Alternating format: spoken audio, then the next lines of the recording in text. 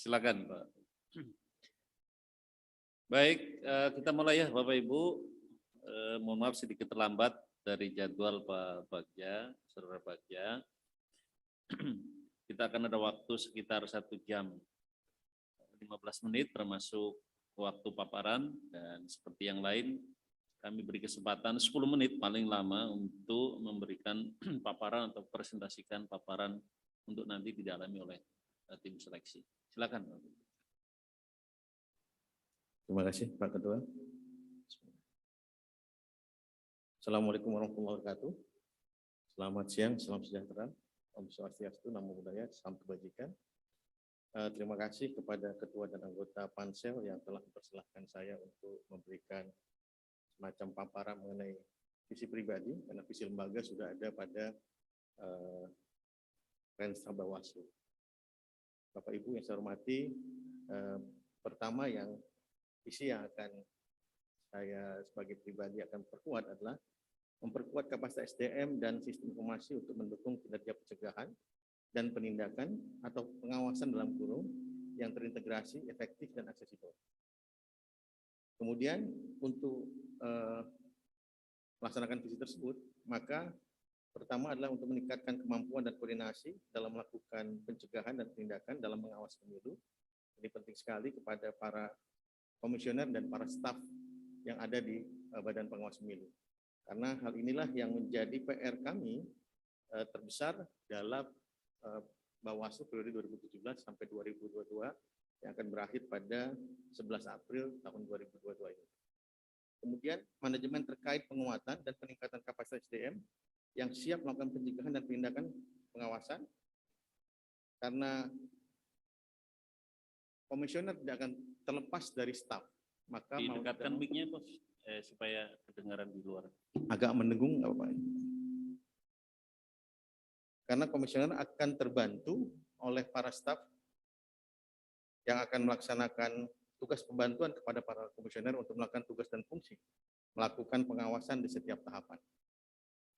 Jadi akan ada penguatan manajemen terkait penguatan dan peningkatan kapasitas SDM yang baik dikelola dalam internal Bawaslu. Kami akan melaksanakan sistem informasi anggota Bawaslu, sampai sekarang belum ada. Kalau sistem informasi kepegawaian sudah ada SIMPEK di Bawaslu, akan tetapi untuk sistem informasi anggota Bawaslu dari mulai Bawaslu RI sampai dengan Bawaslu tingkat pengawas TPS itu tidak pernah ada. Ada sudah dimulai beberapa kabupaten tapi tidak terintegrasi secara baik. Jadi untuk memetakan formasi dan juga kebutuhan Panwas ad hoc dan juga Bawaslu Kabupaten Kota yang akan melaksanakan tugas dan fungsi pengawasan. Panwas ad hoc kami itu harus jelas latar belakang pendidikannya apa dan pernah dilatih apa. Ini yang belum terdata dengan baik.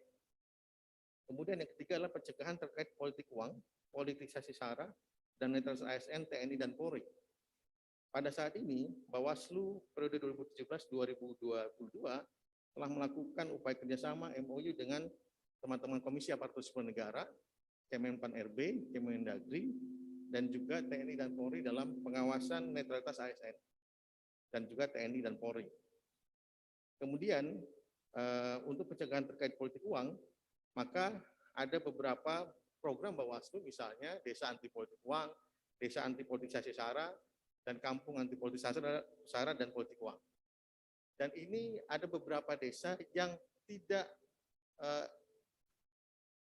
diinisiasi oleh Bawaslu, tapi dilakukan inisiasi oleh kepala desa ataupun pemuda di kampung tersebut. Ini perlu ditingkatkan. Kemudian penegakan hukum pemilu dan pemilihan. Akses terhadap sistem penanganan pelanggaran dan juga sistem penyelesaian sengketa perlu terbuka. Yang sekarang sudah terbuka adalah sistem informasi penyelesaian sengketa. Dapat Bapak Ibu lihat di Bawaslu, sips.bawaslu.go.id sampai sekarang masih terbuka, akan tetapi permasalahannya karena ada satu kanal yang kami tutup. Kenapa ditutup? Karena proses pilkada pun pemilu belum dimulai. Jadi tahapan penyelesaian sengketanya belum dimulai. Akan tetapi putusan baik pemilihan umum tahun 2019, pemilihan kepala daerah tahun 2018, dan pemilihan kepala daerah tahun 2020 sudah bisa diakses, baik putusan siapa yang berperkara dan apa kemudian putusannya. Sehingga kemudian ini memberikan akses data dan juga database kepada para pencari keadilan. Kemudian, memperkuat sistem informasi teknologi menuju pemilu yang terintegrasi, efektif, dan aksesibel. Hal yang penting adalah ada dua mahkota dalam Bawaslu kalau dalam perbicaraan kami, yaitu pertama adalah penanganan pelanggaran dan kedua adalah penyelesaian sengketa. Kenapa seperti itu? Karena ini akan berhubungan dengan pihak pencari keadilan. Inilah yang kemudian kami usahakan akan terintegrasi, efektif, dan aksesibel. Khususnya dengan sistem informasi pengawasan, dengan Siwaslu. Permasalahan pertama kami yang akhirnya terbuka pada tahun 2020 adalah Siwaslu dan juga Sigap Lapor itu tidak terkoneksi secara baik. Jadi temuan-temuan dalam ataupun hasil dugaan temuan dalam hasil pengawasan Bawaslu tingkat bawah itu tidak kemudian terlanjutkan dengan baik ke divisi penanganan pelanggaran. Bapak Ibu yang saya hormati, maka akan ada urus utama dalam peningkatan Bawaslu. Pertama adalah meningkatkan atau menjaga hak terkait dengan pemilu, baik hak dipilih maupun memilih, yaitu masalah DPT, Sidali, Silon, dan Siwaslu. Sampai saat ini permasalahan DPT masih permasalahan yang diusahakan akan terus diperbaiki. Dengan bekerjasama dengan Kemendagri dan juga KPU, maka proses pengawasan pada saat ini kami tetap lanjutkan. Kemudian sistem daftar pemilih juga menjadi objek pengawasan Bawaslu, juga Silon dan Siwaslu. Kenapa Siwaslu dimasukkan? Karena untuk mengawasi Sidali dan Silon sebagai sistem informasi pengawasannya. Kemudian kedua adalah strategi pencegahan dan penindakan menggunakan teknologi informasi. Yang sekarang tetap baik harus tetap dipertahankan. Itu ide yang tetap kami pertahankan sampai sekarang. Bawaslu adalah sistem yang baik dan perlu dipertahankan untuk mendapatkan laporan dari masyarakat baik secara real time sehingga kemudian bisa ditindaklanjuti oleh aparatur Bawaslu tingkat Bawaslu provinsi dan Bawaslu kabupaten kota. Kemudian adalah meningkatkan proses-proses mekanisme penindakan, penanganan pelanggaran dan penyelesaian sengketa, sistem informasi manajemen perkara. Ini yang sebenarnya kami sangat, saya pribadi itu sangat terbuka pada keberhasilan Mahkamah Konstitusi membuka semua sistem informasinya, baik putusan, baik juga penanganan persidangannya, dan semua bisa diakses oleh publik. Inilah menjadi, menurut saya itu mimpinya Bawaslu ke depan. Jadi semua proses itu bisa terakses dengan baik oleh para pencari keadilan. Dan masyarakat tahu, sehingga kemudian proses-proses adjudikasi itu tidak berlindung di balik ketertutupan sidangan. Jadi sidang adjudikasi sekarang alhamdulillah dari mulai 2019 sampai 2020 terbuka. Tapi kami tidak punya TV, kami menggunakan media YouTube dan media channel yang lain untuk membuat live streaming dalam proses-proses adjudikasi di Bawaslu, bahkan setingkat kabupaten kota. Jadi inilah yang akan kami lakukan dalam meningkatkan seluruh arus utama peningkatan Bawaslu ke depan untuk mewujudkan pemilu yang berintegritas. Demikian Bapak Ibu Ketua dan anggota Bawaslu. Ketua dan anggota Pansel Bawaslu, terima kasih. Assalamualaikum warahmatullahi wabarakatuh. Waalaikumsalam warahmatullahi wabarakatuh. Terima kasih Pak Bagja, 8 menit Anda manfaatkan untuk presentasi dan teman-teman tim seleksi saya kira sudah menangkap. Sebelum tim seleksi saya boleh nanya sedikit ya, dan ini saya ulang juga dalam beberapa kandidat kemarin atau hari ini. Karena Saudara Bagja masih menjelaskan mengenai perlunya sistem informasi yang integratif untuk mengefektifkan fungsi-fungsi pengawasan. Nah, pertanyaan saya sederhana. Kalau begitu, kenapa tidak sejak awal Anda di Bawaslu membuat sistem-sistem yang ada ini sudah terintegrasi sejak awal? Ya, kenapa kita biarkan setiap kebutuhan kita buatkan sistem informasinya, kemudian kita buat lagi untuk kebutuhan yang lain, padahal sejak awal mungkin bisa didesain untuk menjadi satu sistem yang terintegrasi. Kayak di kampus sekarang itu satu sistem saja untuk ngajar, untuk keuangan, untuk dosen, untuk karir, untuk SDM, macam-macam sekarang sudah jalan di kampus. Gimana, Pak? Pertama, kami 2017 mendapatkan Undang-Undang 7 tahun 2017 pada Agustus tahun 2017. Undang-Undang 7 tahun 2017 membuat paradigma Bawaslu berubah. Paradigma Bawaslu berubah menjadi cenderung pencegahan dan penindakan. Jadi formula sekarang, makanya saya mengambil pengawasan. Pengawasan hanya diartikan ansih hanya pemantauan. Padahal formulanya pencegahan dan penindakan.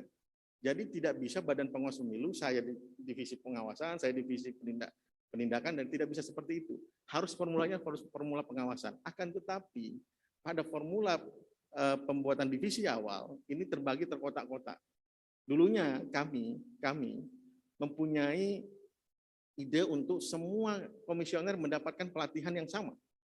Jadi divisi, misalnya saya divisi penyelesaian sengketa akan mendapatkan materi tentang divisi SDM, organisasi, pengawasan, dan lain-lain. Akan tetapi karena keterbatasan, pertama keterbatasan waktu, dan juga pada saat itu 2018 sudah mulai tahapan pemilu, sehingga ada teman-teman yang harus stay dalam kantor, sehingga tidak bisa melakukan pelatihan bersama. Dan juga anggaran juga terbatas pada saat itu. Sehingga kemudian akhirnya divisi masing-masing bergerak sendiri. Nah inilah yang membuat kemudian divisi penyelesaian sengketa mempunyai sistem informasi sendiri, divisi sistem penanganan pelanggaran juga mempunyai divisi sendiri, teman-teman pengawasan juga mempunyai Siwaslu dan Gawaslu.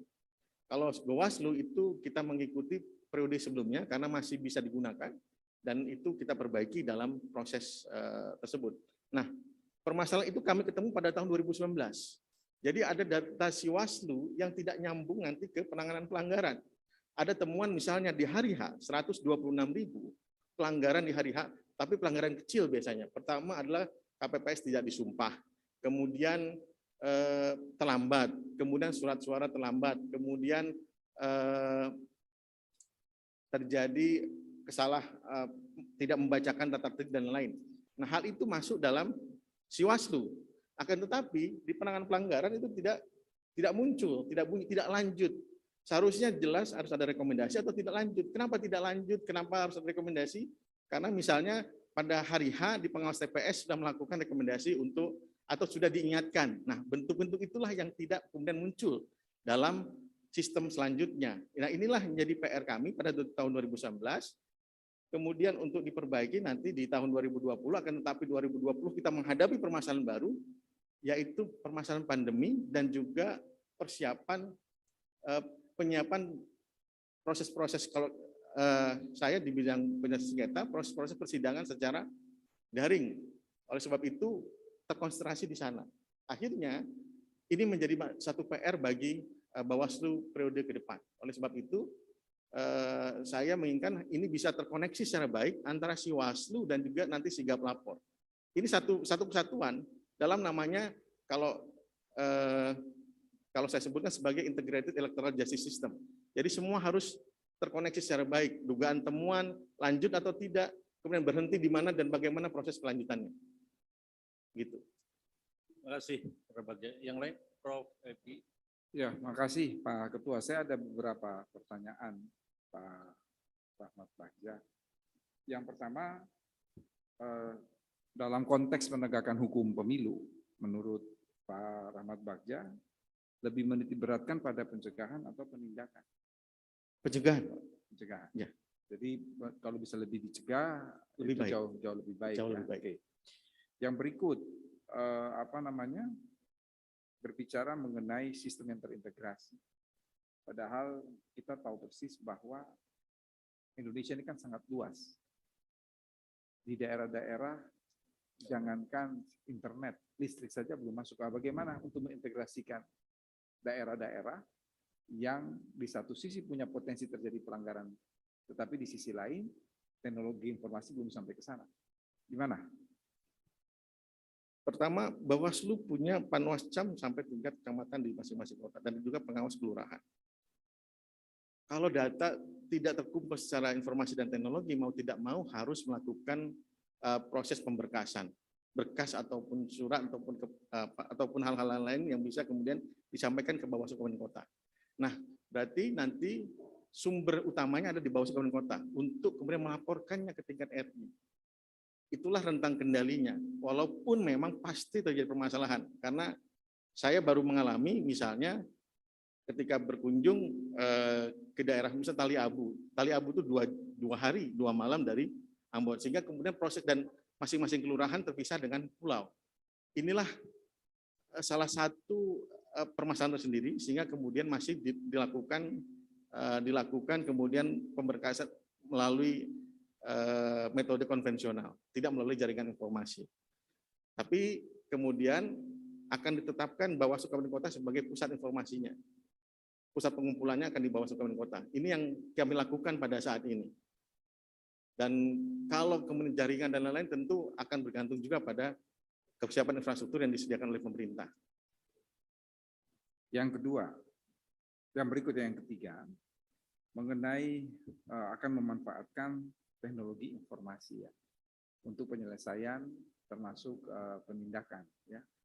Padahal kalau itu masuk dalam konteks pelanggaran pidana misalnya, alat bukti elektronik itu selalu menjadi perdebatan.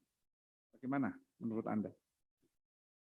Pertama, kemampuan dasar teman-teman Bawaslu juga harus menjadi kritik kami, sebagai self-kritik kami. Kemampuan dasar, jangankan menilai alat bukti elektronik, menilai alat bukti dan barang bukti sendiri kadang-kadang bermasalah. Karena 11%, hanya 11% yang berlatar belakang sarjana hukum di tingkat Bawaslu Kabupaten Kota. Tapi kami telah melakukan beberapa, sekarang disebut rakernis, walaupun saya tidak, nomenklaturnya tidak setuju dengan itu, ada peningkatan terhadap teman-teman kabupaten kota. Sehingga perdebatan utamanya nanti akan ada di sentra Gakumdu khusus tindak pidana. Karena alat barang bukti elektronik akan ada perdebatan nanti di sentra Gakumdu untuk tindak pidana pemilu. Sehingga kemudian kemampuan teman-teman untuk menjelaskan bahwa Undang-Undang ITE telah memasukkan alat bukti ini dalam undang-undangnya, itu menjadi kemampuan mereka untuk berdebat dengan teman-teman kepolisian dan kejaksaan. Dan saya yakin teman-teman kepolisian dan kejaksaan mempunyai kemampuan yang sama juga. Pada saat sentra Gakumdu ini terkadang ini perdebatan masalah penilaian alat bukti. Apakah alat bukti ini secara elektronik diterima atau tidak? Nah, kemudian kemampuan pemahaman teman-teman Bawaslu Kabupaten Kota tentang alat bukti elektronik juga berarti harus diperbaiki. Jadi kalau alat bukti elektronik sampai sekarang ada beberapa perkara masih bisa diterima, walaupun ada beberapa perkara lain yang tidak. Berikut mengenai misi yang tadi dalam presentasi. Misi yang ketiga itu adalah pencegahan terkait politik uang, politisasi sara, dan netralitas ASN, TNI, dan Polri. Kalau TNI dan Polri kan jelas tuh tidak punya hak pilih dan lain sebagainya. Menurut saudara, apakah undang-undang yang existing itu atau peraturan pelaksanaannya sudah cukup menjamin netralitas ASN? Peraturan pelaksanaannya bahkan agak rigid. Dari misalnya surat kepala BKN itu bahkan ketika like atau dislike dalam media sosial itu termasuk dalam pelanggaran netralitas ASN. Tapi kalau menghadiri kampanye boleh. Ya, kalau ASN menghadiri kampanye tidak boleh. Tidak boleh. Tidak boleh secara fisik. Tidak boleh secara fisik. Bolehnya secara apa? Virtual atau melalui media sosial. Menghadiri. Tidak menghadiri. Mendapat informasi dari media sosial. Kalau dari surat keputusan BKN itu tidak bisa menghadiri. Kalau undang-undang kita bagaimana? Tidak ada aturan yang mengenai itu, tapi penjelasannya pasti mengikuti surat kepala BKN dan surat Kemenpan RB. Ada dua. Pertama surat Kemenpan RB, bahkan mohon izin, misalnya Prof. Edi sebagai ASN itu tidak boleh terlibat dalam misalnya ikut peningkatan kapasitas SDM Parpol. Itu juga perlu dikritik menurut saya, karena kan tidak mungkin juga Parpol berjalan sendiri, akan tetapi surat Menpan RB mengatur tentang hal tersebut. Nah, peraturan KPU-nya ada nggak? Mohon maaf, nyela. Tidak ada, Pak. Tidak ada. Ya, izin informasi zaman saya dulu, itu PNS boleh menghadiri. Bahwa kemudian Menpan RB mengatur, melarang mereka, itu sudah rezim tersendiri urusannya PNS. Tapi sebagai warga negara dia boleh mendengarkan orang kampanye. Dulu gitu, kalau nggak tahu sekarang sudah berubah. Jadi kalau ada ASN masuk ke kampanye terbuka misalnya, nih Pak Juri, itu tidak diperkenankan. Ya, itu masuk oleh Menpan RB. Kemudian dilembagakan dalam aturan apa di pemilu? Tidak ada hanya pakai surat Kemenpan RB dan surat Nah, keputusan BKN, kepala BKN. Mungkin ini juga kritik Nah. kita. Apakah boleh? Mungkin Prof. Edi itu, Iya. apakah boleh satu hukum yang dibuat oleh Menpan RB menjadi rujukan kita dalam menyelenggarakan pemilu? Itu keputusan apa peraturan apa surat edaran? Surat keputusan kepala BKN Putusan Ya. kepala BKN ya. Itu masalahnya tidak masuk dalam tata urutan dan pembangunan surat edaran kita. Menpan RB. Ya. Apalagi surat edaran tuh mohon maaf itu dibuang di tong sampah aja nggak apa-apa itu nggak ada kekuatan hukum apa-apa. Surat edaran itu kan himbauan. Namanya himbauan itu sifatnya adalah fakultatif. Mau diikut boleh, tidak diikut pun boleh. Jadi surat edaran itu saya selalu mengatakan itu dibuang di Sungai Ciliwung aja nggak apa-apa kok gitu nggak ada kekuatan hukumnya. Oke, yang terakhir Pak Bagja ya, Bapak pernah dilaporkan ya oleh LBH Aliansi Masyarakat Sipil ya? Iya. Tolong singkat cerita kasusnya seperti apa dan tindak lanjutnya gimana? Kasusnya adalah masalah tagar ganti presiden. Tagar ganti, ada 2 orang dilaporkan, Fritz Edward Siregar dan saya. Jadi pada saat itu pleno memutuskan saya sebagai juru bicara untuk Bawaslu dan Pak Fritz juga ikut berbicara untuk masalah tersebut. Jadi kejadiannya pada saat salah satunya adalah pada saat CFD. CFD itu ada dipaksakan untuk tagar. CFD itu apa CFD? Car Free Day di Oh. DKI Car yang Free kemudian Day, ya. dipaksa. Mohon maaf saya orang Jogja jadi nggak tahu Car Free Day. Jadi hal itu kemudian yang LBH tersebut beranggapan bahwa itu tidak termasuk kebebasan berbicara. Tapi kami beranggapan itulah kebebasan berbicara. Mau ganti presiden, mau lanjutkan presiden, itu termasuk kebebasan berbicara. Jadi konsekuensi dari situ, ya pernah diancam, ya silakan dilaporkan. Saya akan bertanggung jawab terhadap apa yang telah diputuskan oleh lembaga. Itu yang kemudian akhirnya putusannya ada rehabilitasi dari Dewan Kehormatan Penyelenggara Pemilu. Cukup Pak Ketua. Bu Endang, nanti ke sana. Bu, oke. Saya dikit aja. Pak Rahmat Baja, selamat dulu ya. Saya nanya deh, nih menurut Pak Rahmat Baja, berdasar ketentuan, itu seorang calon anggota DPD boleh enggak dia menjadi pengurus partai politik? Sejak pemilu tahun 2019 tidak boleh, sejak hasil pemilu tahun 2019 tidak boleh. Tidak boleh Putusan ya? MK. Tidak, putusan MK Ya. ya. Terus kenapa pada saat itu kemudian Bawaslu merekomendasikan kepada KPU agar menerima seorang pengurus pengurus partai politik bisa menjadi calon, padahal itu jelas bertentangan dengan putusan MK. Saya mohon izin, ini agak tabrakan antara puncak-puncak kekuasaan kehakiman. Karena putusan Mahkamah Agung membolehkan, putusan MK tidak membolehkan. Kami berdiri di atas itu, itulah yang kebingungan kami salah satunya. Kemudian hasilnya adalah yang bersangkutan boleh maju sepanjang kemudian ketika terpilih, itu tawaran terakhirnya adalah yang bersangkutan wajib mengundurkan diri, kalau tidak akan dicoret dari tidak bisa menjadi anggota DPD. Jadi itu kan, kemudian juga KPU juga menawarkan ada batasan waktunya. Ya sudah pas jadi DCT saja mundurnya. Jadi sudah ada negosiasi seperti itu pada saat pembuatan putusan Bawaslu demikian. Pembuatan Bawaslu yang untuk kasusnya Usman Sabta Odang kalau tidak salah. Jadi ada 2 puncak putusan dan juga ada putusan ini yang paling repotnya Bu Endang. Putusan PT UN. Putusan PT UN itu membatalkan SK seluruh calon DPD. Padahal kan seharusnya hanya disebutkan namanya saja. Itu ini ada apa? Kami juga akhirnya kalau seperti ini akan jadi repot. Kami karena putusan PT UN itu putusan yang final, individual, konkret, sehingga harus kami jalankan. Ini juga ada kebingungan dari kami sehingga kemudian kami memilih kami harus mengikuti putusan MK, kami juga harus mengikuti putusan Mahkamah Agung dan putusan PT UN. Akhirnya solusinya adalah diberikan kesempatan kepada yang bersangkutan untuk maju tapi harus mengundurkan diri ketika terpilih.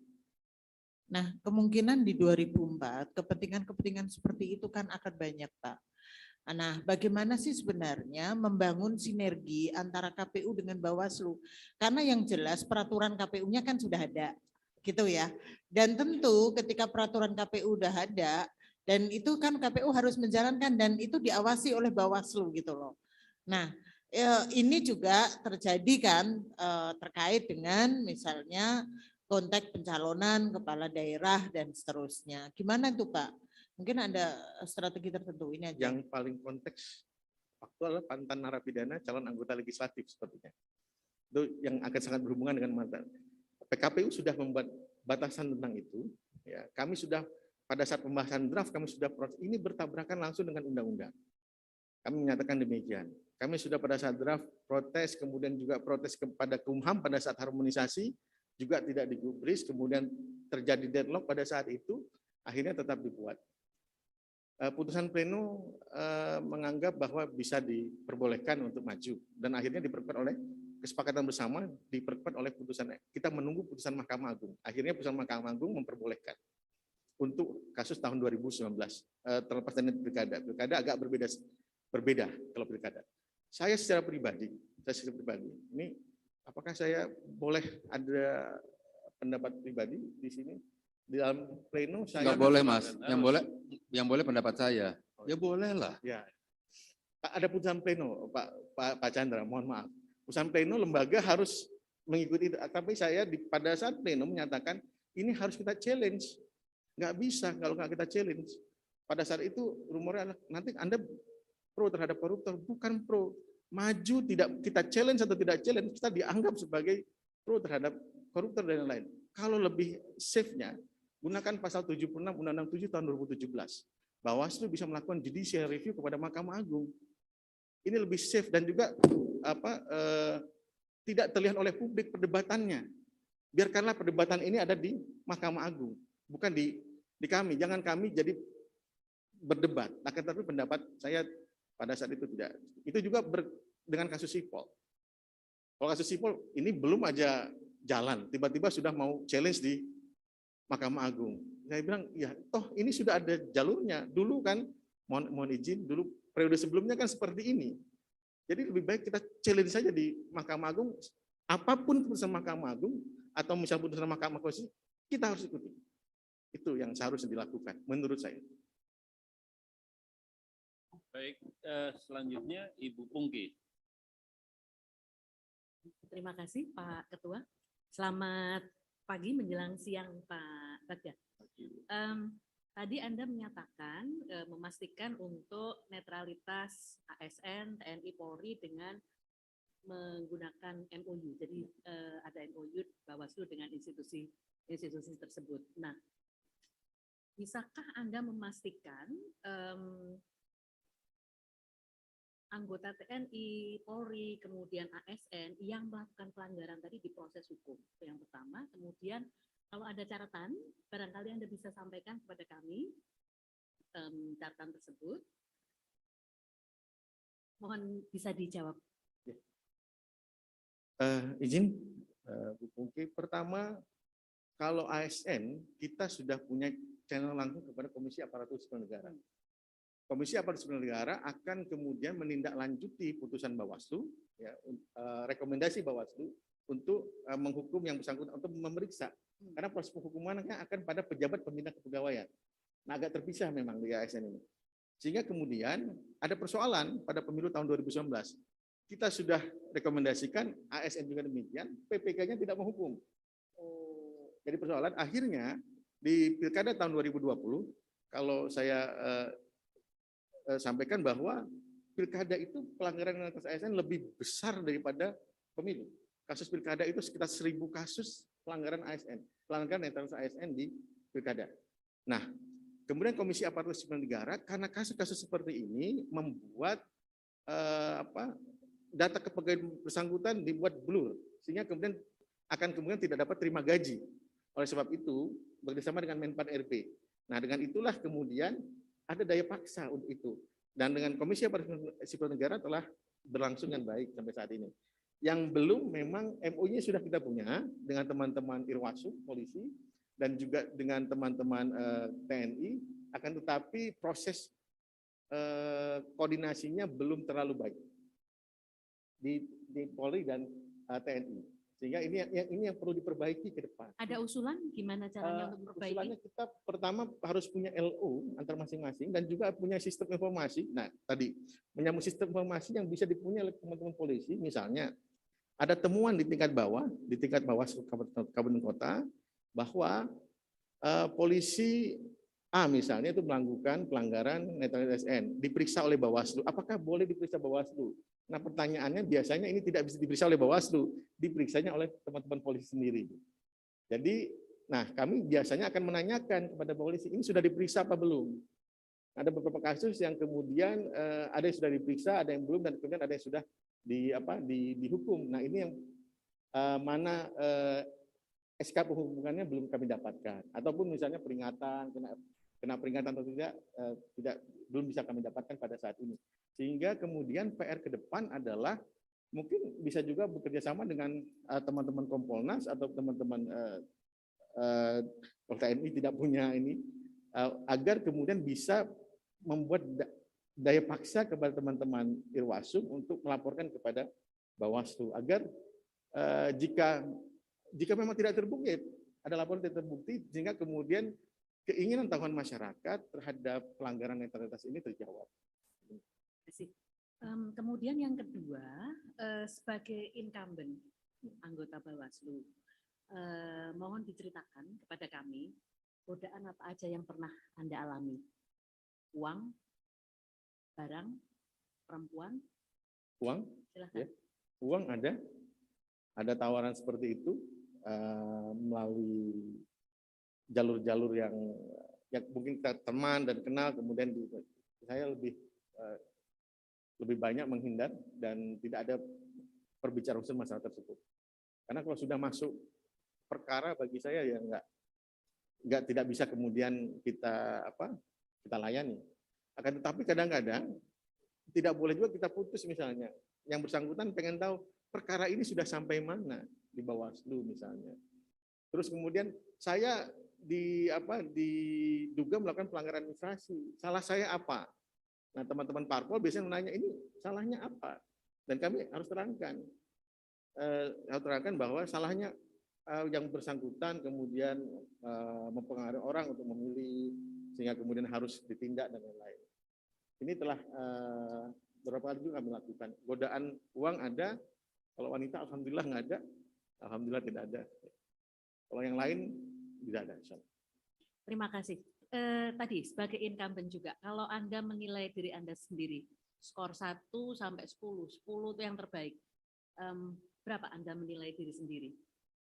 Dan sebutkan prestasi-prestasi yang membuat Anda bangga untuk bisa menjadi pertimbangan kami memilih Anda. 9. Ya. Untuk divisi penyelesaian sengketa saya harus, ini bukan hanya kerja saya.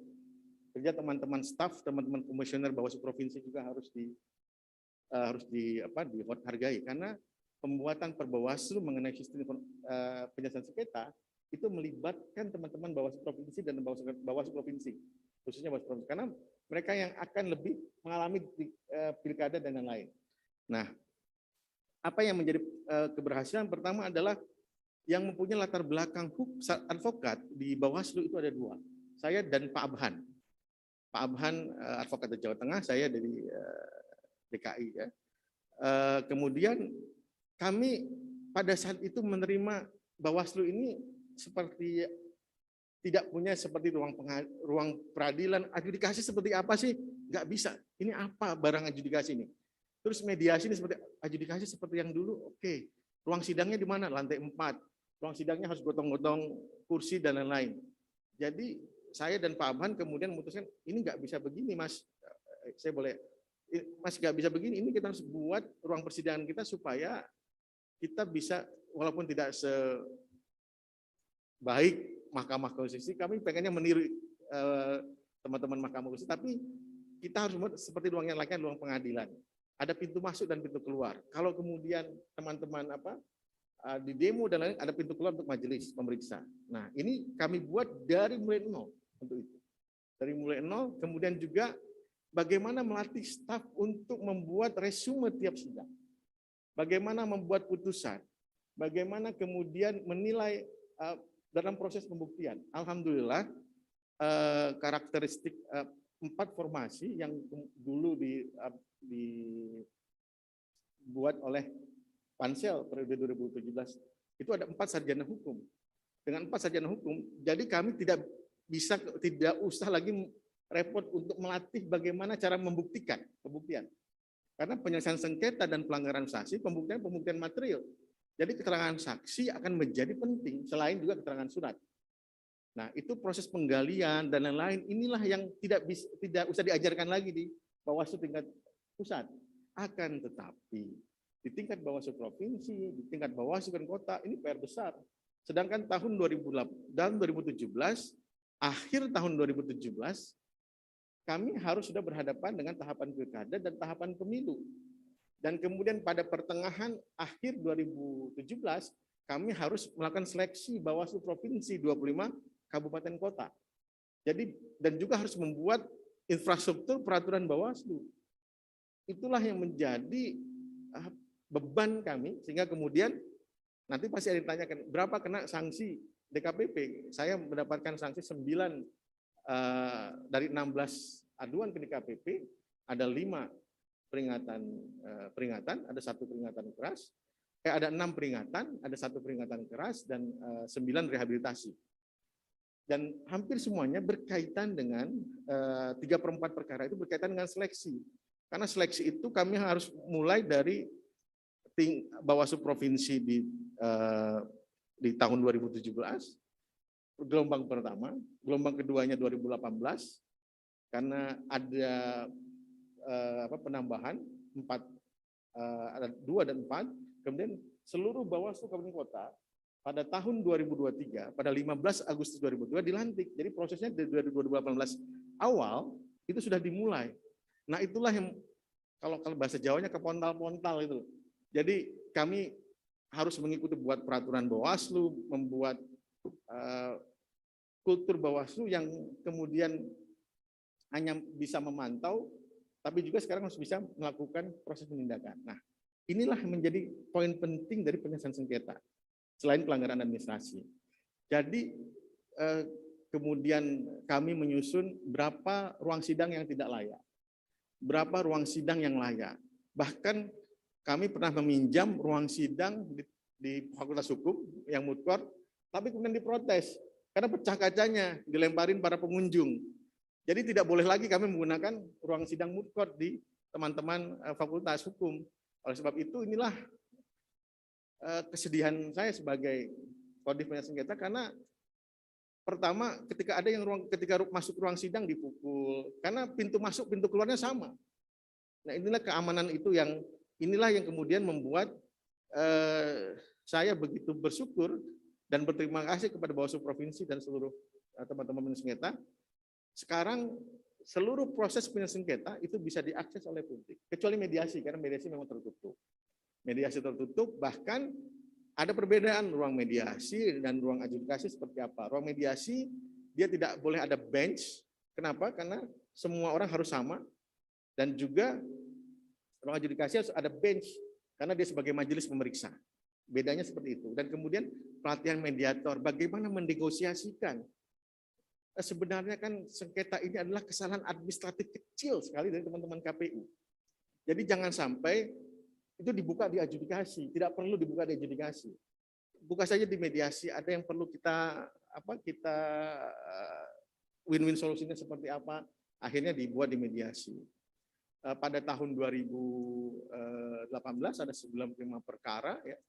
Kemudian 2019 ada sekitar 820 perkara. Kemudian pada tahun 2020 ada sekitar 80-an perkara. Jadi dari 127 perkara yang masuk, ada 87 putusan. Jadi sekarang Bawaslu telah bertransformasi menjadi lembaga kuasi judisial. Inilah salah satu menurut saya poin penting pencapaian lembaga dan poin penting pencapaian divisi penyelesaian sengketa. Divisi penyelesaian sengketa, core divisinya adalah saya, akan tapi akan ada banyak teman-teman yang mendukung kerja divisi penyelesaian sengketa. Kemudian SIPS sekarang masih terbuka dan bisa diakses oleh publik. Kami bisa mengumpulkan semua putusan yang ada di seluruh kabupaten kota. 820 putusan itu sudah bisa diakses di sips.bawaslu.go.id. Sehingga tidak ada kemudian syak wasangka. Kenapa adjudikasi terbuka? Kenapa adjudikasi? Karena biar majelis pemeriksa tidak keluar dari proses pembuktian. Jadi tidak main-main dengan proses pembuktian. Jadi kami tahu ini kesalahannya di mana dan bagaimana dia buat putusan. Itulah salah satu kenapa adjudikasi itu terbuka dan kami paksa untuk terbuka. Bisa dipersingkat? Cukup, Cukup makasih. ya? Oh, iya. Pas, memang pas. Pak Dewa. Terima kasih Pak Ketua. Kalau tadi Pak Bagja cerita tentang success story lewat Bu Pungki. Sekarang saya mau tanya yang sebaliknya. Otokritik Anda untuk Bawaslu apa? Terkadang terus self confidence. Apa? Misalnya self confidence. Interpretasi kami misalnya masalah nanti pasti ada pertanyaan masalah pilkada, masalah mantan narapidana, masalah lepas mantan terpidana yang keluar dari pidana penjara. Nah itu kan jadi kemudian bahwa MK kemudian menegaskan kembali bahwa pidana penjara itu baik di luar maupun di dalam yang masuk dalam penghukuman atau mantan terpidana. Nah, keinginan kami pada saat itu adalah membuat surat ke MK, akan tetapi MK biasanya itu akan membalas baca putusan MK. Iya, memang Ya. tidak boleh berpendapat. Nggak boleh seperti itu. Jadi kami beranggapan, wah ini berarti pidananya lepas dari keluar dari pidana penjara itu termasuk bisa mencalonkan diri. Yang penting setelah 5 tahun keluar dari pidana penjara. Nah, kemudian juga itu satu. Kemudian yang kedua adalah tadi ada teman-teman melakukan pengawasan, tapi datanya tidak lanjut. Dan saya contohkan saja hari H 126.000, 120.000 temuan itu kelanjutannya apa? Tapi ini kritik kami. Ini berarti ada permasalahan kita untuk menindaklanjuti seluruh proses temuan yang ada. Itu permasalahan yang ada di Bawaslu khususnya. Kalau yang berkaitan dengan status kelembagaan, ada otokritik Anda enggak, Pak Rahmat Bagja? Status kelembagaan Dalam konteks KPU, dalam konteks DKPP, itu misalnya. Ini pertanyaan yang akan selalu saya ulang untuk, ya, terutama yang incumbent ya. Nah, itu apa? Ada otokritik Anda enggak? Yang menyebabkan ya menjadi kendala macam-macam lah. Itu kira-kira ada kritik Anda enggak? kami dianggap sebagai pelengkap KPU. Itu yang jadi permasalahan besar. Jadi tidak setara dengan teman-teman KPU. Begitu Undang-Undang 7 tahun 2017 membuat kesetaraan, ini kadang-kadang tidak diterima oleh teman-teman KPU. Dan Bawaslu kadang-kadang juga masih rendah diri untuk tidak kemudian membuat rekomendasi, memanggil teman-teman KPU. Dan kemudian juga teman-teman KPU juga merasa terbebani gitu. Makanya saya lihat harus ada backdoor communication gitu. Jadi jangan sampai komunikasi kita komunikasi formal terus. Jadi datanglah ke kantor Bawaslu atau kami datang ke kantor KPU. Ada misalnya permasalahan-permasalahan misal DPT.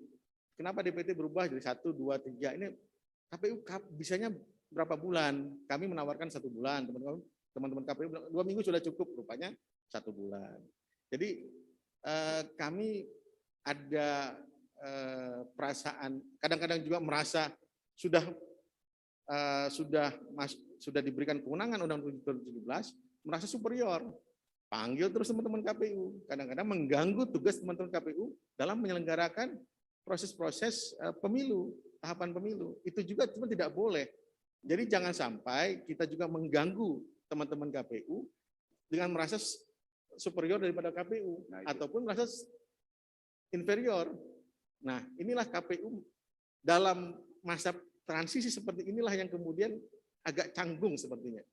Perlu enggak semacam atau Pak Bagja merasa enggak ada kekurangan aturan dalam yang bisa mengatur lalu lintas, semacam mengatur checks and balance antara KPU, Bawaslu dan DKPP. Seharusnya terjadi ininya. ada MOU bersama. Karena undang-undang sekarang kan tidak ada revisi undang-undang. Ini harus ada jalan ketiganya peraturan bersama antara KPU dan tidak dilarang juga. Tidak dilarang peraturan KPU, Bawaslu dan juga DKPP untuk mengatur lalu lintas jika terjadi masalah. Karena kalau kami misalnya tidak memanggil KPU, nanti kami disalahkan oleh pelapor. Nanti dilaporkan dari KPP juga. Ya. Jadi harus ada pertemuan tripartit sebenarnya sudah dilakukan dari periodenya Pak Juri, pada saat Pak Juri Pak Husni Kamil melakukan itu, dan ini masih tetap kami lanjutkan pertemuan tripartit antara DKPP, Bawaslu dan KPU, akan tetapi peraturannya belum, hanya pertemuan tripartit saja. Oke, jadi begini, kenapa itu penting ya? Karena kan bukan kadang-kadang, acap kali saya melihat misalnya ini pengalaman empirik menunjukkan bahwa orang nggak puas ini pokoknya adu aja ke DKPP kan. Itu jadi semacam lembaga itu. Mestinya kan ada ya semacam inilah, ada ketentuan yang bisa menyaring itu di awal sehingga tidak menjadi semua pengaduan lalu diterima gitu, dan kemudian di situ lalu jadi semacam ada unjuk kekuatan gitu. Mula-mula di Mahkamah Konstitusi misalnya tempat saya bekerja dulu kan demikian juga. Semua sampah dalam tanda petik dibawa ke sana kan. Tapi kan dari awal kemudian dibuat peraturan Mahkamah Konstitusinya mulai tersaring lalu. Sengketa hasil ke situ. Tapi bagaimana dengan bukti yang lain? Nah, silakan diselesaikan dulu di situ. Kalau memang itu ada bukti kaitannya dengan soal suara, kita masuk. Nah, mekanisme yang seperti itu mestinya ada. Oke, berikutnya yang mau saya tanya, yang berkaitan dengan soal tadi ditanya Bu Endang itu, saya ingin mendalami lebih jauh sebenarnya posisi dasar dari Bawaslu ketika itu bagaimana terhadap putusan yang Mahkamah Konstitusi itu. Posisi dasarnya sesuai dengan putusan Mahkamah Konstitusi, nah frasinya dibaca sampai keluar dari bebas dari penjara udah. Enggak. Yang kaitannya dengan itu, yang kaitannya dengan anggota DPD tidak boleh jadi fungsionaris partai politik. Okay. Dalam konsiderannya pada pemilu 2019, kalau tidak salah ya, karena Pak Palguna pasti yang memutuskan, bahwa tidak boleh ada pengurus parpol yang sekaligus juga anggota DPD. Ya. Disebut dalam hasil pemilu 2019. Nah, mohon izin yang mulia karena saya sudah tidak di situ lagi. Oh izin, karena putusan MK itu dibuat di tengah, yang bersangkutan sudah masuk ke DCS. Ini kan jadi persoalan. Tidak boleh kemudian peraturannya ke belakang gitu.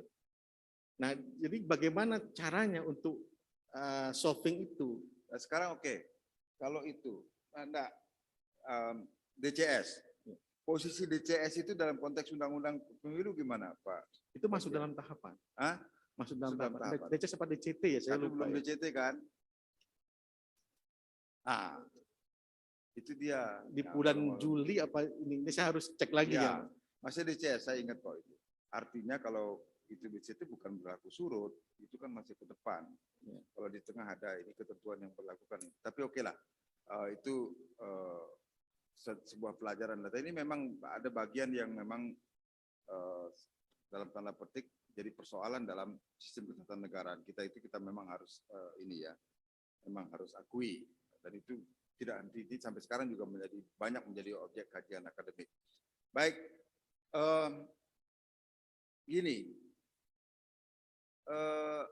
hal terakhir yang mau saya tanyakan kepada Pak Bagja berkaitan dengan pencalonan kembali sebagai anggota Bawaslu ini. Kalau dilihat baru satu kali ya di Bawaslu. Iya. Yang pertama kali ya. Iya. Kalau kedua kan nggak boleh. Tapi kan dari awal sudah ikut kan, sebelum di Bawaslu. Sebelum di Bawaslu aktif di kepemiluan sudah ini. Sudah. Ya. Baik menjadi advokat maupun ini ya. Baik menjadi tim Pokja di KPP. Sekarang begini pertanyaan ke depan. Nah, kalau saya tanya dulu kalau gitu, fungsi Bawaslu itu apa sih?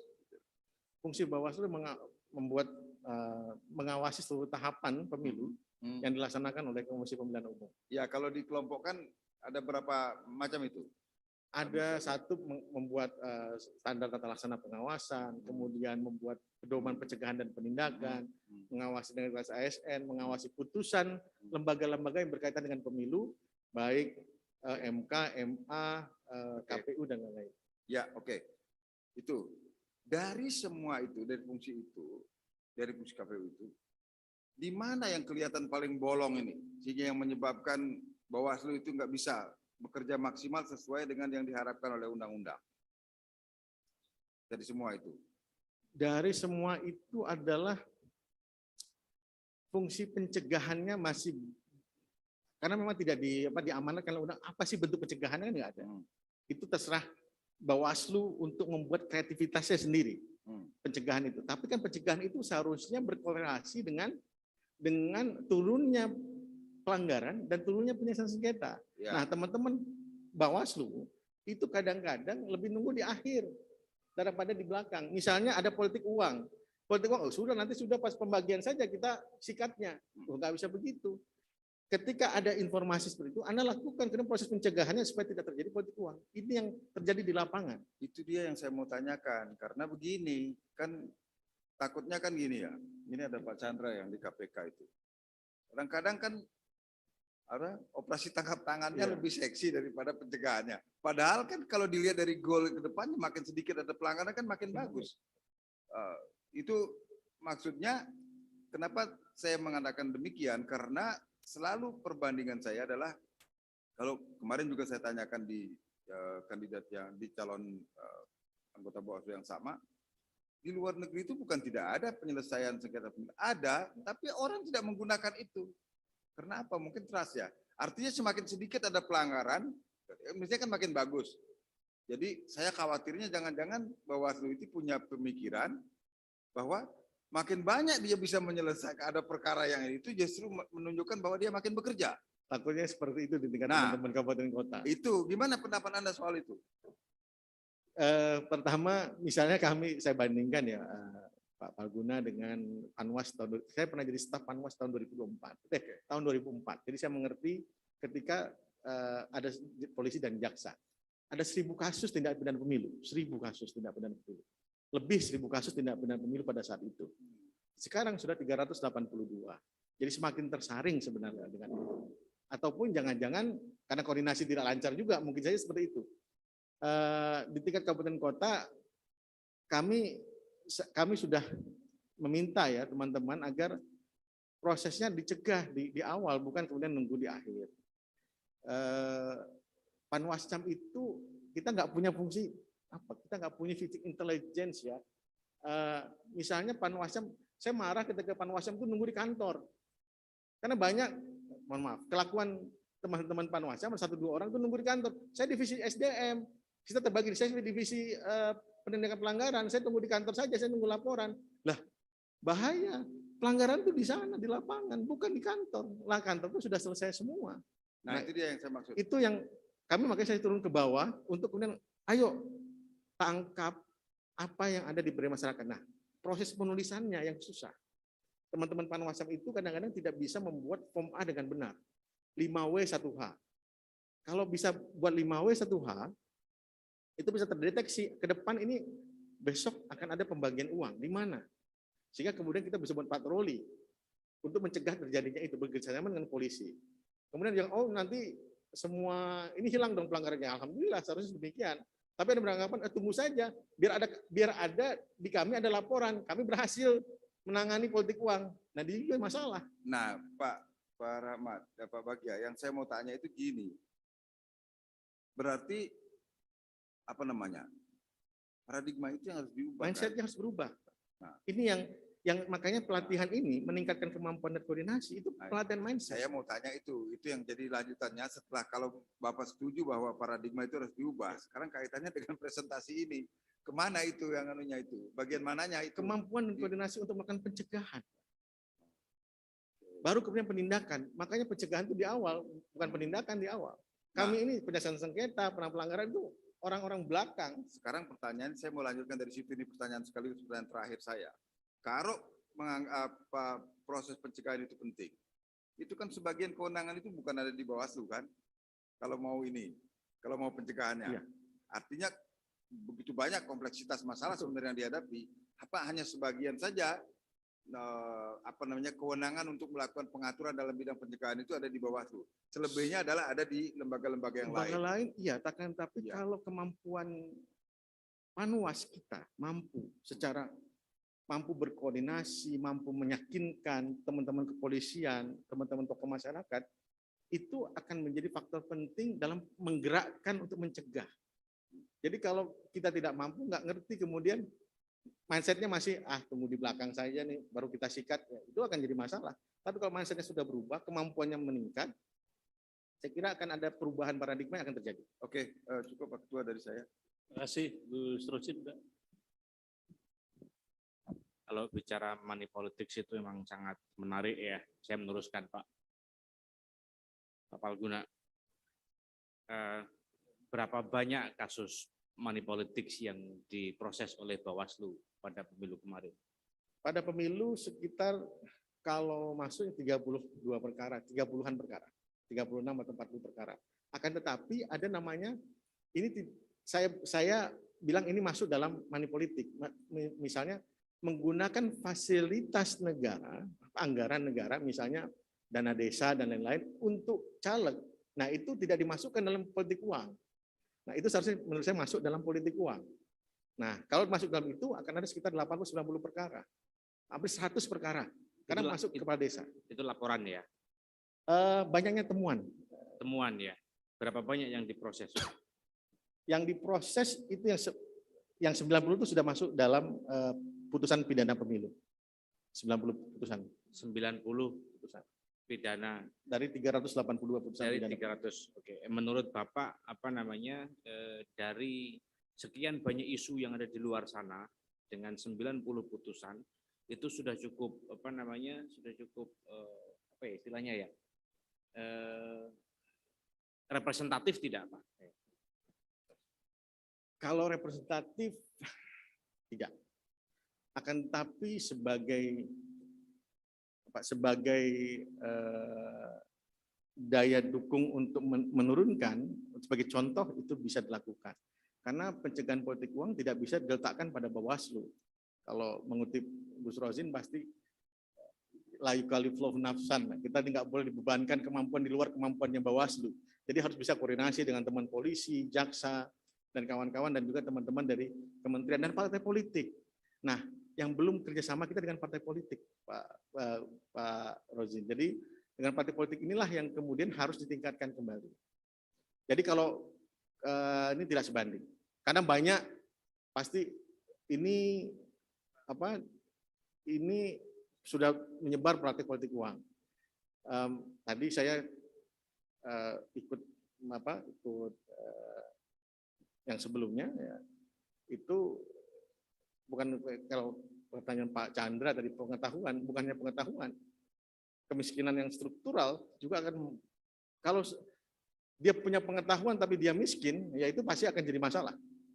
Jadi tidak bisa kemudian ini dibebankan kepada hanya Bawaslu. Baik, kita membatasi pada Bawaslu saja sejauh dengan kewenangan yang dimiliki oleh Bawaslu dan dengan pelanggaran yang semacam itu satu sudah representatif atau tidak. Jika memang belum, apakah supaya mukallaf ya, tadi yang menurut bahasanya Bapak, saya mengikuti aja terminologi yang Bapak sebut, supaya menjadi betul-betul mukallaf itu apakah membutuhkan kewenangan lebih Bawaslu? Tidak, tapi koordinasi yang lebih mumpuni. Pertama adalah kami dulu punya pengalaman besar dengan koordinasi dengan teman-teman tokoh agama, khususnya MUI, kasus pilkada putaran kedua DKI. Budaya Indonesia adalah budaya tutur. Jadi kalau saya sih mengusulkan agar nanti di tiap kampanye, di tiap masjid, tiap gereja, tiap minggu, tiap khutbah Jumat, itu mengulang kembali fatwa tentang anti politik uang dan juga politisasi SARA. Jadi supaya pemilu kita, kampanye kita lebih adem, lebih guyup. Kenapa kalau ini diteruskan selama 6 bulan terus-menerus, saya kira akan ada pemahaman yang lebih, ini sudah bukan hanya benar saja, sudah baik dan buruk. sudah berhubungan dengan akhirat. Jadi orang kemudian masyarakat kemudian dipandu untuk ke sana agar takut terhadap hal tersebut. Terakhir, sudah siang, nanti masih ada Prof. Hamdi bertanya. Tadi politik uang sudah. Pemilu kemarin itu sangat dihebohkan dengan politik identitas, ya, ras, agama, hoax, black campaign dan lain-lain ya. Kira-kira apa yang gagasan konkret ya, bukan gagasan besar, bukan gagasan normatif ya, gagasan konkret yang Bapak miliki untuk mencegah dan sekaligus menindaklanjuti pada pemilu yang akan datang. Kalau Bapak terpilih lagi menjadi Bawaslu. Pertama,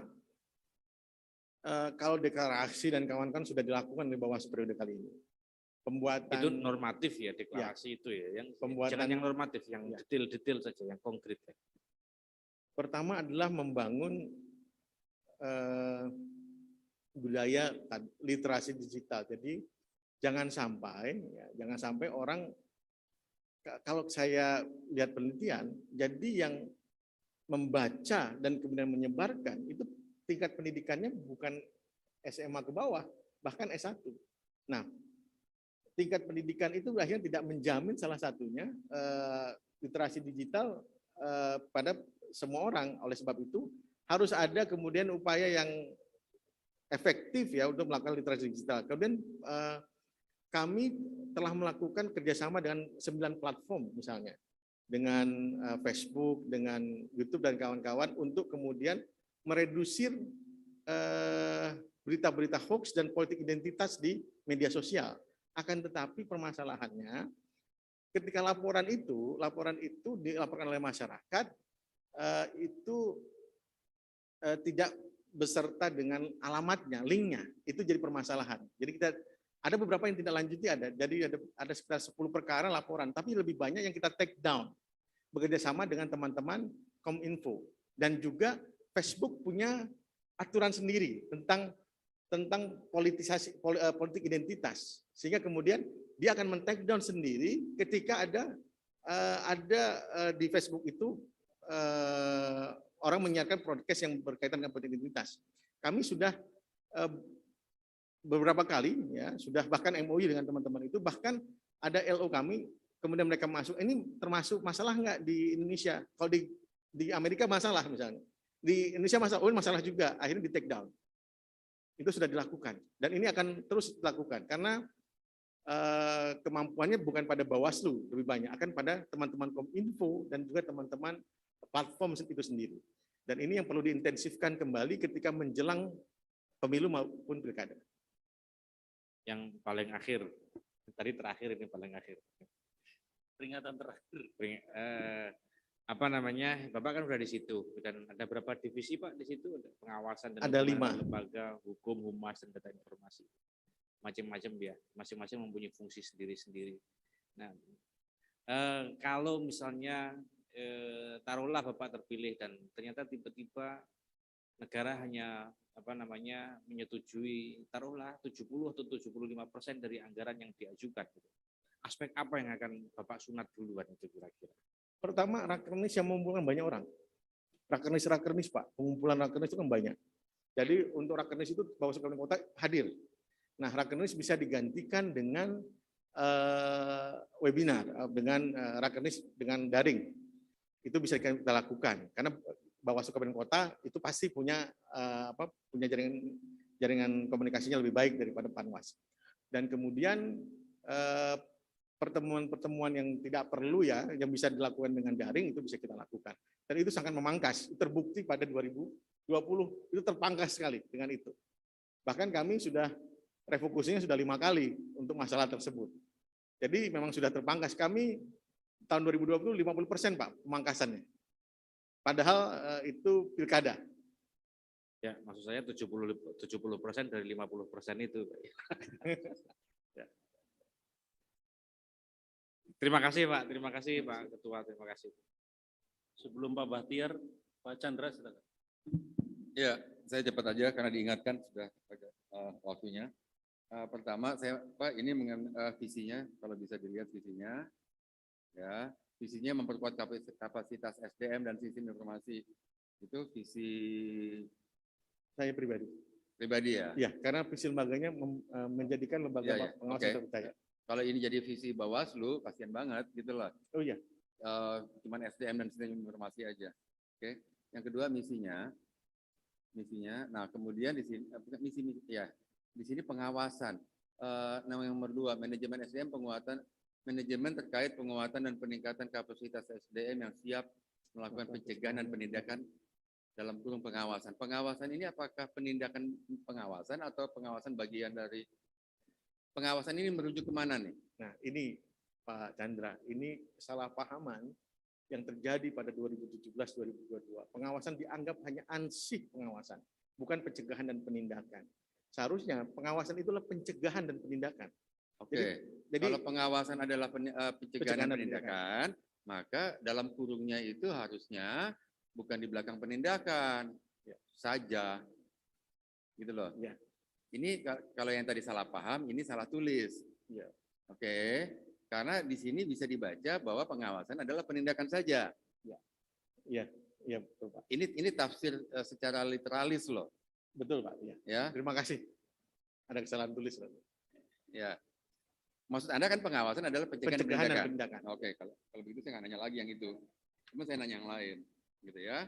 Kemudian ada peningkatan harta kekayaan Anda cukup signifikan. Ya. Dari 300 menjadi sekian. Ya. Bisa dijelaskan, singkat, jelas, padat. Ada kesalahan tulis Pak pada saat itu. Alhamdulillah. Kesalahan tulis tapi kan tidak bisa diubah LHKPN-nya. Salah tulisnya di mana? Saya memasukkan seharusnya kemarin itu 300 juta, jadi masuk 90 juta kalau tidak salah. Oh, Jadi gitu. saya jadi paling miskin sedunia gitu. Padahal saya pernah jadi advokat, pernah jadi 2018 kalau tidak salah ada kesalahan tulis. Oh, 2018 salah tulis. Iya. Oh, Saya sudah mengajukannya ke KPK, oke. kemudian tidak bisa diubah menurut Oke. KPK. Kalau gitu sisanya masukin ke harta saya aja ya. Tapi itu tolong diperbaikin ya. Iya. Karena itu akan terikot secara permanen. Iya. Oke. Nggak bisa, saya nggak tahu kenapa nggak bisa. Saya sudah berapa kali ke sana, Nggak ada yang nggak bisa. Iya. Iya. Karena di awal harta saya cuma 90 juta kalau tidak salah. Iya, makanya. Tambah hutang minus jadinya Pak. Betul. Oke. Jadi dari 2018 ke 2019 itu peningkatannya Peningkatan signifikan. sangat signifikan. Iya. Yang kedua, apa itu PT Media Guna Komunikasi Indonesia? Itu kerjasama saya PT ini dibuat oleh saya dan teman itu Oke, untuk cukup. Jabatan Anda di situ apa? komisaris waktu itu. Boleh nggak Anda jadi komisaris? Kan itu sebelumnya Pak. Oke, sekarang masih komisaris? Enggak, sudah enggak. Sudah enggak? Sudah enggak. Kalau kita cek di Kumham nanti bahwa Anda masih komisaris, Saya kira sudah tidak Pak. Saya kira sudah tidak. Karena ya perlu kita cek sama-sama. Ya. Oke. Nah, kemudian tapi ini bukan BUMN ya Pak ya. Ini PT kalau saya. kenapa? PT, ini PT. Oh iya, bukan BUMN. Kalau BUMN saya hafal. Oke. Nah, kemudian Anda bilang bahwa ada tugas yang belum rampung. Ya. Ya. Yang belum rampung itu apa?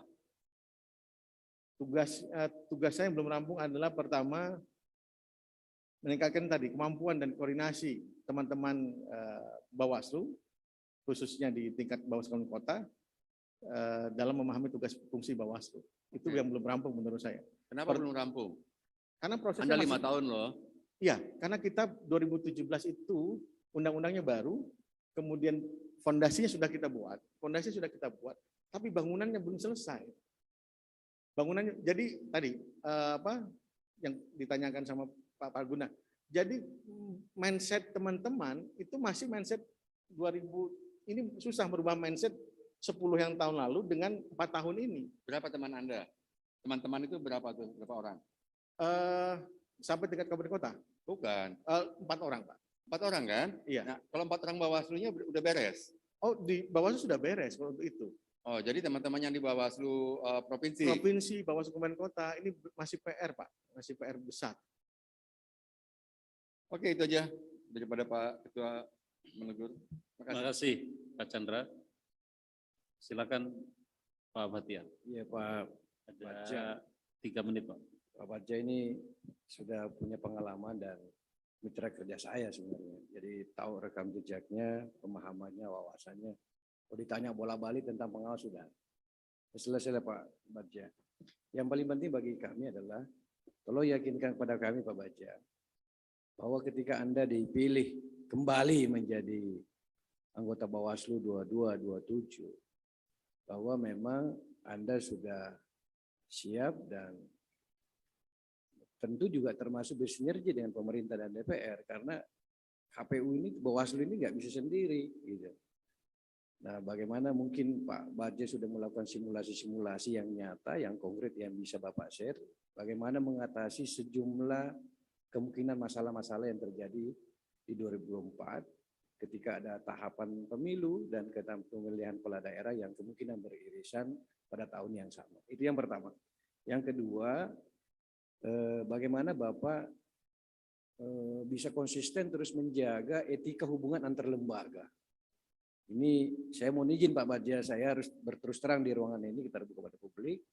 Kadang-kadang kawan-kawan tidak bisa menjaga hubungan antar lembaga. Kita misalnya sudah ada kesepahaman misalnya informal, misalnya antar pemerintah, DPR, dan penyelenggara. Ini baru melalui pembicaraan internal diomongin ke ruang publik. Ini kan yang tidak beretika dalam hubungan antar lembaga. Ini masalahnya ini kan pemimpin lembaga negara, gitu dia. Beda mungkin kalau di level kabupaten atau provinsi kan masih ada yang koreksi. Kalau ini yang koreksi kan tidak ada. Nah, bagaimana Bapak terus menjaga konsistensi yang selama ini yang Pak Bagja sudah lakukan dan yakinkan pada kita bahwa memang bisa mengelola ini dan mampu bersinergi dengan segenap lembaga-lembaga negara lain atau komponen bangsa yang lain dalam menghadirkan pemilu yang tentu berkualitas tapi sekaligus efisien dan efektif. Terima kasih Pak, silakan. Terima kasih Pak Bahtiar.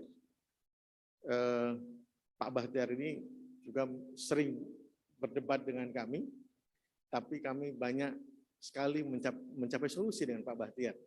Jadi itu salah satu bentuk komunikasi intens yang kami lakukan dengan lembaga-lembaga lain yang berhubungan dengan Bawaslu, khususnya dengan penyelenggaraan pemilu.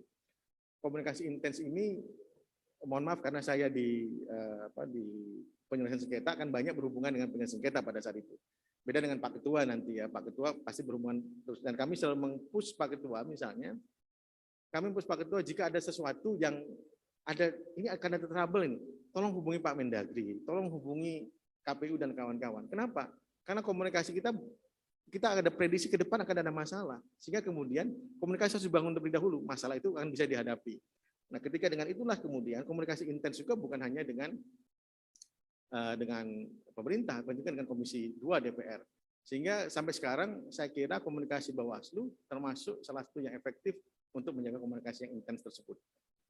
Dan etika hubungan, kami alhamdulillah sampai saat ini jika ada perbincangan-perbincangan yang ini masih debatable, kami ungkapkan ini masih debatable. Ini dirahasiakan, nanti dulu kami tidak akan mengungkapkan ini kepada publik. Ini yang selalu kami jaga.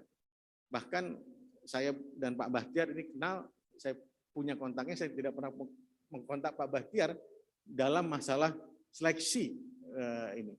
Jadi itulah salah satu, padahal dulu intens sekali, siap ini, padahal ada beberapa masalah yang kita bicarakan. Tapi dengan ini saya menjaga sekali hubungan ini karena berhubungan dengan konflik kepentingan, konflik of interest, sehingga saya menjaga marwahnya Pak Bahtiar dan menjaga marwahnya saya sendiri. Dengan itulah etika hubungan ini bisa terjaga. Baik, makasih Pak Bahtiar. Sebelum dikunci oleh Pak Hamdi Muluk, saya ada sedikit masukan saja nih, nggak perlu dijawab sebagai senior bicara ya soal hukum meskipun sarjana pendidikan. Pertama soal rakor, saya sih kalau boleh usul ya, evaluasi betul itu efektivitas namanya rakor, perjalanan dinas, pembinaan, kemudian apalagi itu verifikasi lapangan dan sebagainya, karena itu kesan di publiknya itu nggak terlalu bagus gitu. Kerjanya itu ya rakor saja, sehingga seringkali itu menjadi domain pekerjaan pertama. Apalagi tadi Pak Bagja sudah sampaikan itu menyedot anggaran yang luar biasa. Nah, sistem informasi ini betul-betul kalau bukan hanya terintegrasi, tapi sebetulnya yang ada ini bisa berjalan efektif supaya kemanfaatan sistem informasi yang dibangun itu betul-betul efektif bekerja. Nah, terakhir ini karena dari tadi ada contoh ya, kita kan atau teman-teman mesti paham bahwa KPU Bawaslu itu satu kesatuan sebagai penyelenggara pemilu, maksudnya begitu. Jadi kedudukannya mestinya juga sama, seimbang, tidak ada yang lebih tinggi dan tidak lebih rendah, tidak ada yang mesti tidak percaya diri dan ada yang lebih percaya diri. Jadi satu kesatuan. Nah, konteks itulah makanya dulu pengalaman saya misalnya dengan teman-teman itu, kita harus sepakati ini bahwa di dalam menyelenggarakan pemilu itu kita harus pasti. Pijakan kita adalah undang-undang, pijakan kita adalah peraturan KPU sebagai turunan undang-undang. Misalnya tadi contoh kampanye ASN. Dulu saya nanti dicek lagi Pak Bagja, benar nggak tidak ada peraturan KPU? Peraturan KPU-nya adalah tidak melarang anggota PNS untuk ikut kampanye sepanjang dia tidak aktif, tidak membawa atribut, tidak memakai pakaian ke-PNS-annya, dan dia hanya mendengarkan supaya tahu sebagai hak warga negara untuk mendengarkan kandidat atau peserta pemilu. Nah, kalau kemudian rezim PNS atau peraturan Menpan RB melarang, maka biarlah itu menjadi aturan Menpan RB, dan kalau Menpan RB menganggap tindakan PNS ikut kampanye itu adalah pelanggaran, maka serahkan kepada rezim pengaturan di. Jadi tidak mengganggu eksistensi undang-undang maupun peraturan KPU sebagai hukum penyelenggaraan pemilu. Nah, kalau sudah begitu maka Tom and Jerry tukaran dengan KPU Bawaslu itu nggak banyak terjadi. Tapi ini nggak perlu dijawab, ini refleksi saja. Prof. Hamdi silakan. Ya, ini cuma pertanyaan ringan Pak. Pak Panggia pasti sudah tahu gitu. Ini Timsel 2017 juga menanyakan yang sama. Jadi kalau Bapak nanti mungkin terpilih gitu, ya kan 5 anggota Bawaslu, ya enggak?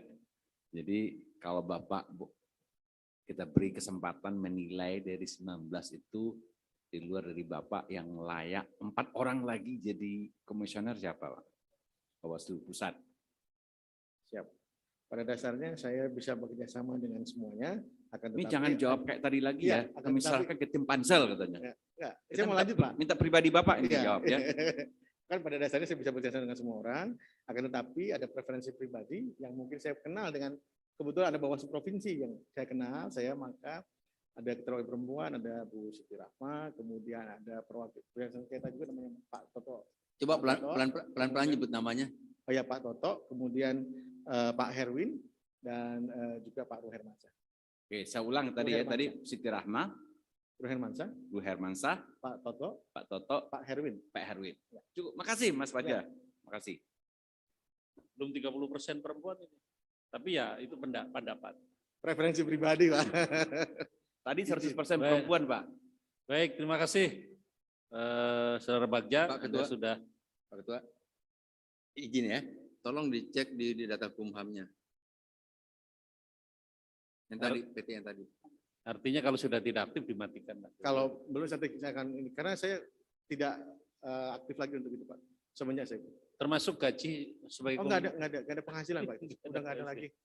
Jadi PT mati itu sebenarnya. Siap, saya akan matikan. Baik, makasih. Cukup ya, Saudara Bagja, silakan meninggalkan tempat, melanjutkan aktivitas, dan Timsel juga akan melanjutkan wawancara yang lain. Terima kasih, silakan. Oh, sudah ada makan siangnya? Oke lah. Di